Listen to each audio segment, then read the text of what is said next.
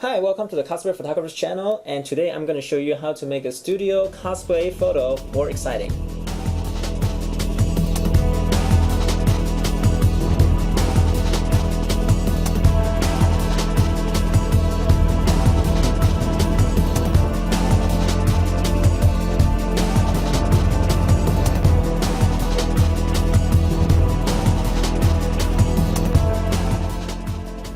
Hi fellow cosplay photographers, this is Al, and today I'm gonna show you another video of how I edit cosplay photos. Before we jump into the session, I'd like to thank everyone who stopped by the Anime Expo 2013 photo booth that we have set up. A lot of people showed up, and thank you very much for showing up. It was a very good experience for us. We learned a lot, and I also got quite a few good photos in my opinion. And today I am going to show you how I make a shot that I shot on the gray backdrop and make it more exciting. So for the detailed stuff that I do on the basic level, check out cosplayphotographers.com for the articles. So to go from left to right, this is the idea. Expendable. It has that fire sparks going on, some rocks flying on in the back, and the cloud as a backdrop. I really like the idea, just kind of give it a little bit more explosion.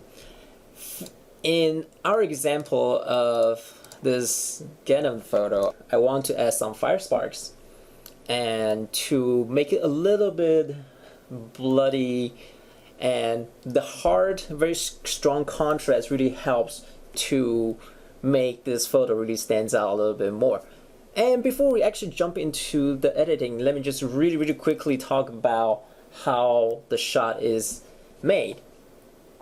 For those who are over there, this is you can actually see my lighting setup, which is I have a beauty dish on the back, on the side, and on the opposite end, at the front of the cosplayer, I have a big octabox that's supposed to light the front of the cosplayer who is in my setup.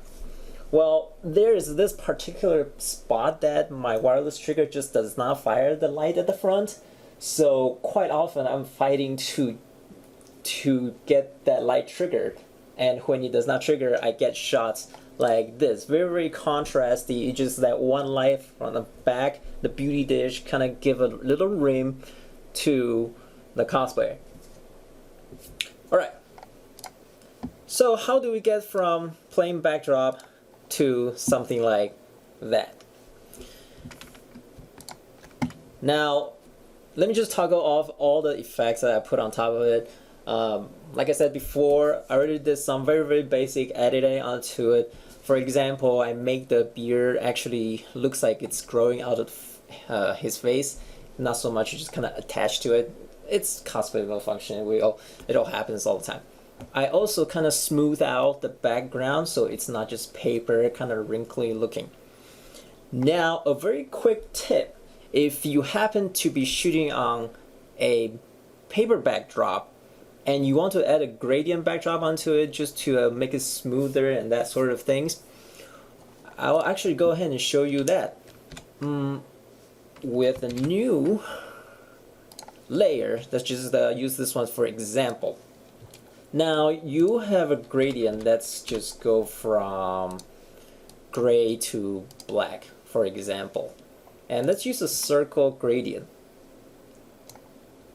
Alright, so you have this gray in the center and darken to the black gradient, but you can, I don't know if you can see it in the video, but when you do the gradient, there's always a bending going on. When you're encountering this next time you're trying to add a gradient backdrop to your photo, just add noise. Go to filter, noise, add noise. I'm using 1.1 amount %, and once you add to it, the bending will completely disappear. So that's what you can do when you are trying to make the gradient backdrop smoother and kill that bending. Okay, so that's out of the way. Let's just shrink this for a little bit and make this bigger. Alright, very quickly run through the layers that I am doing. The base adjustment is A little bit more minor adjustment. I darkened several spots. For example, if you're looking at the left shoulder pattern, there's this little bright spot that I darken a little bit more because, as you can see on the right side, it's already dark. I don't want it to pop out in the final picture, so I burn that part a little bit more. And if you look at the before and after, there's some color difference, not too big deal. And one thing I wanted to point out is that the highlight part is kind of add a little bit more orange glow. Okay, I added the glow because in the final image I'm adding fire sparks, and in reality it's always gonna have some color cast onto your subject. So this is basically what I did is I use a brush to just paint the color over the bright spot where I think the reflection is gonna go, and I would blur them a little bit. Gaussian blur would work just fine, and you kind of have to play with the degree of the blurring. But once you apply to that and change it to for this example, I have hard light and I'm also using vivid light. You just have to play with the layer style a little bit. But once you do that, you can kind of create this kind of a color glow onto your subject. And as you finish the photo, you finalize the photo, it's gonna look really, really cool and a little bit more authentic. So the base adjustment is out of the way. Let's get to the exciting part. Alright, so very, very quick tutorial over here. Creating this fire spark is actually really easy. Let me use this base photo as an example. Alright, so to start, I would use a dust brush. Let me see where it is. Dust particles brush that I downloaded from the net. Alright, so I just basically pick one of them, and then let's see. Oh, because it's a fire that I'm trying to create, usually on the center it's gonna be a little bit yellow, orangey, and gradually go into kind of red, fiery color. So let's start off with an orange color. That's about right. Okay, so let me shrink the brush just a little bit, just to give you an idea. Alright, so you have the very first layer colored dust brush on that. Now, this is just showing you an example, so I'm not gonna go too much into detail. But using a different new layer on it. Okay, once you have the dust that you want, you can go into layer style and create a outer glow. You want it to glow red to the outside, so what I did is to just use the red on the outside and kind of play with the size a little bit, that sort of thing. Let me just okay, so that's a little bit too much. Alright, so maybe like 5. Let me see, I want to stand out a little bit more. Alright, let's just call that good, okay? So if you zoom in a little bit, it's kind of pixelated, but there's a little bit red glow on the outside. To make it more dynamic, what you can do is go to Filter, Blur, Motion Blur.